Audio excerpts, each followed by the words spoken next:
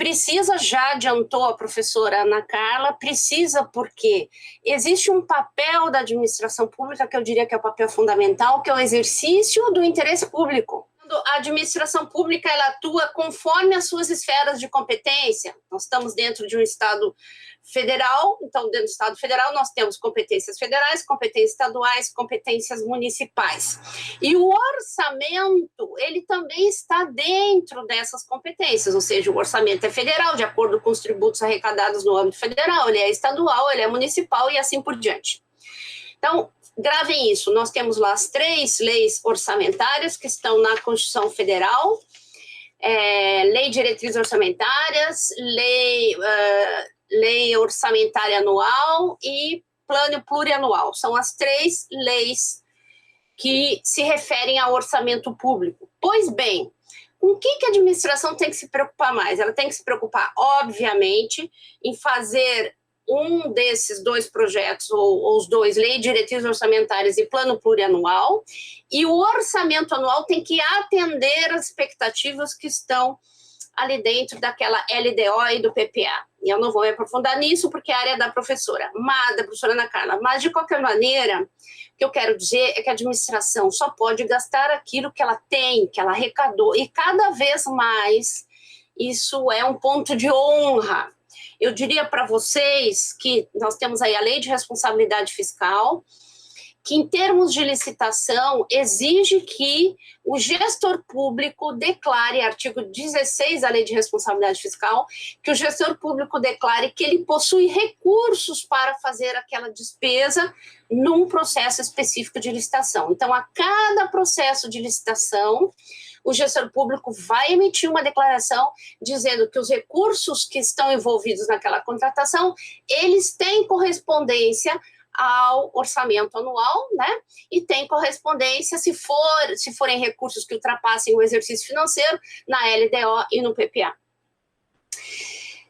Após a lei de responsabilidade fiscal ser publicada, aprovada, etc., em 2000, a Lei Complementar 101 de 2000, após este período, não se pôde mais levar adiante uma prática que existia antigamente, que era começar uma obra, começar uma prestação de serviços contínuos, que pode durar até 5 anos, e no meio do caminho não ter mais dinheiro para pagar o contratado. Isso, a partir da Lei de Responsabilidade Fiscal, foi absolutamente vetado, mas era uma prática que existia antes de 2000. Não era incomum, portanto, o gestor público,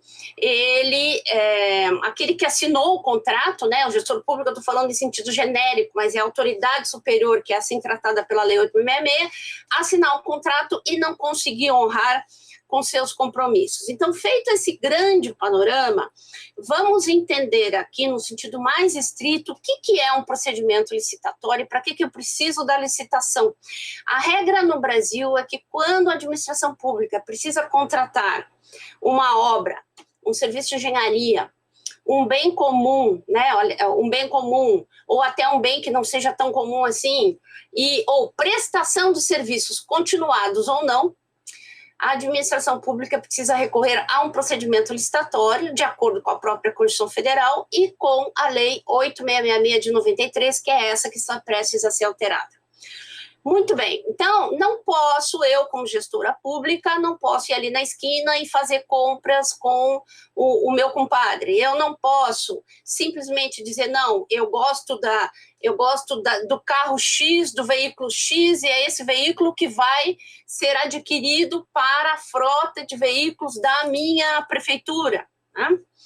Então não há essa possibilidade, porque tem que garantir o princípio da isonomia. Eu diria que na verdade, esse é o objetivo da licitação, garantir o princípio da isonomia. Então, todas aquelas pessoas, sejam físicas ou jurídicas, né, ou empresas, sociedades, todas aquelas pessoas que tiverem condições de habilitação, que tiverem uma vida financeira adequada nos termos da legislação, né, que não tiverem comprometimentos aí que impeçam de executar o contrato, todas aquelas pessoas habilitadas com condições de habilitação, elas têm direito de contratar com a administração pública. Na verdade, é uma expectativa de direito, né? Tem uma expectativa, falando mais um juridiquês aqui, tem uma expectativa de direito de contratar com a administração. Muito bem. Então, como que é esta licitação? Ela segue um rito, né? Ela segue, a professora Ana Carla adiantou que, obviamente, tem que ter recursos financeiros, e aqui tem uns dispositivos da lei 866 que eu gostaria de citar para vocês. No que diz respeito a obras e serviços, nós temos o artigo 7º, parágrafo 2º lá da lei 866, que diz assim, só é possível licitar obras e serviços, aí vem o inciso 3º, quando houver previsão de recursos orçamentários. Também é algo que a professora Ana Carla já disse. Previsão. Então, a lei 8666 hoje fala em previsão. Qual é a diferença de uma previsão orçamentária e de recursos financeiros?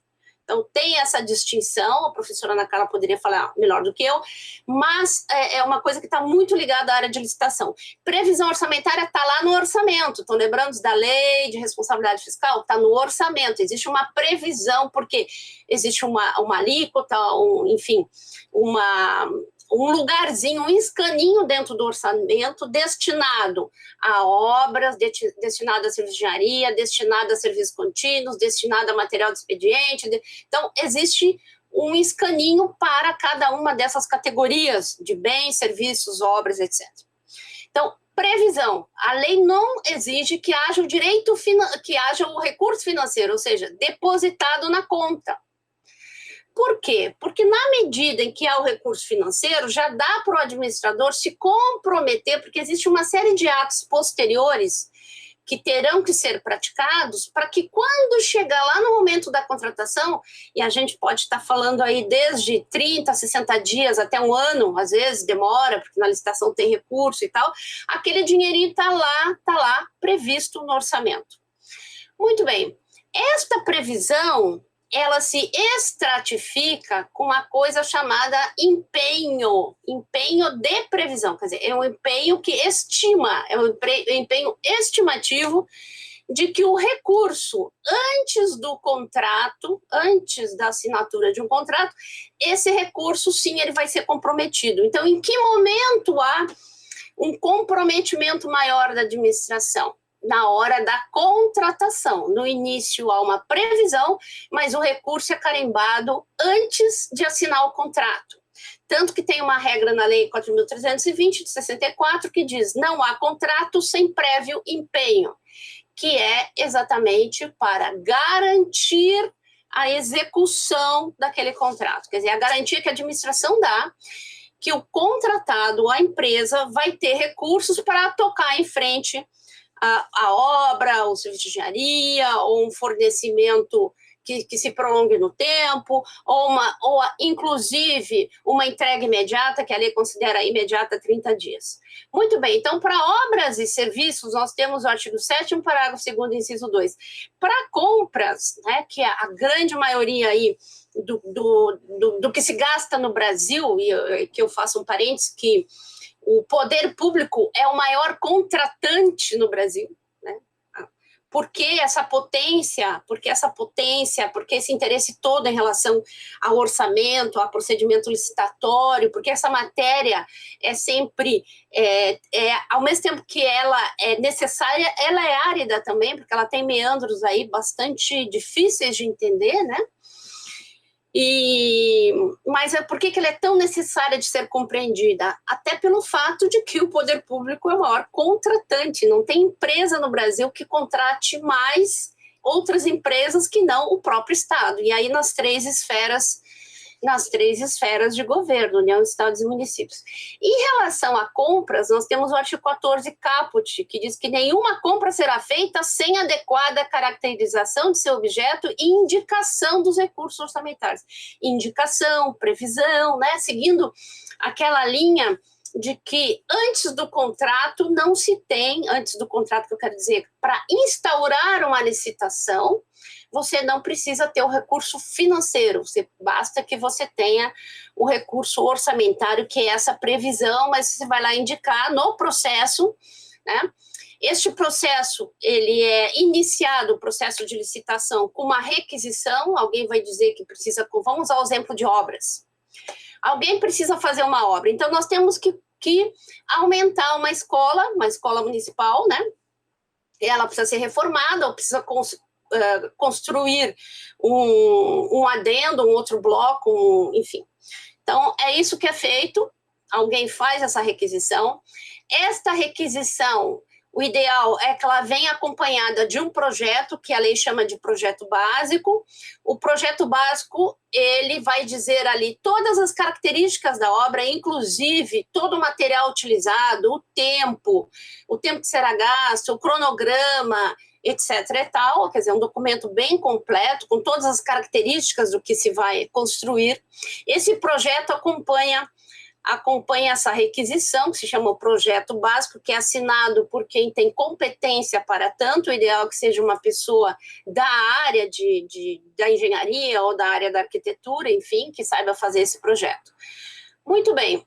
Aí, com o projeto em mãos, é possível fazer estimativa de preço. Então, tem que fazer, os tribunais de contas que controlam a administração pública, eles exigem que haja sempre 3 preços para se chegar num valor médio de orçamento. Então, a administração pública ela precisa ter um orçamento. O orçamento que eu quero dizer é um valor. Ela precisa ter um valor, que é aquele valor que vai nortear todo aquele procedimento e que vai conferir o caráter de execuibilidade para aquela contratação. Ou seja, a gente tem que saber aí o que é caro, o que não é caro, o que é superfaturado, e como que se faz isso? Vai no mercado e solicita a empresas que deem orçamentos, ou até nas obras é muito comum se utilizar tabelas da própria categoria da engenharia, né, índices da própria categoria da engenharia, mas que devem ser comparados, sim, os tribunais já falaram, devem ser comparados com valores de mercado. Pois bem, a administração ela tem que ter uma noção do que ela vai gastar, e ela tem que botar tudo isso dentro de um processo. Vai gastar 100 mil reais, vai gastar 1 milhão de reais, quanto que vai ser essa obra? Para ela ter uma noção, ela precisa ir no mercado, precisa conhecer os valores, precisa saber o que as outras administrações estão gastando para fazer o mesmo objeto. Então, chegando num valor, alguém vai ter que autorizar, alguém da área financeira da administração, vai ter que autorizar o que a gente chama de vinculação, quer dizer, indicação dos recursos, né, dizendo assim, olha, nós temos 1 milhão no orçamento, ou se não tiver 1 milhão no orçamento, nem segue adiante aquele processo. Mas tem que autorizar a vinculação, né, daquele recurso àquela licitação e alguém vai ter que autorizar também a instauração do procedimento. Aí se autoriza o procedimento e segue em frente. Aí tem toda uma série de procedimento interno que deve ser observado, até que se chega num edital de licitação, numa minuta aprovada pelo financeiro, minuta do edital e minuta do contrato e eventuais anexos, inclusive aquele projeto básico que foi feito lá no início, ele vai ser um anexo ao edital, para que as empresas olhem aquelas exigências da administração e elas consigam fazer a sua proposta, né? Então, não é muito difícil da gente imaginar que uma coisa é você fazer uma obra em 6 meses, outra coisa é você fazer uma obra em 3 meses. Não é o mesmo preço. Tudo aquilo que a gente quer com uma rapidez maior acaba pagando mais caro, porque tem que botar mais gente para trabalhar, porque o período de execução é menor. Então, tudo tem que ser viável o projeto, tem que ser viável dentro do projeto o prazo de execução, e tudo é justificado. Então, se eu preciso fazer uma reforma de um telhado, por exemplo. Você está gostando desse episódio? Então fica conosco e assiste o próximo bloco. Aproveita, assina o nosso canal, aciona o sininho e você será notificado de todos os outros episódios.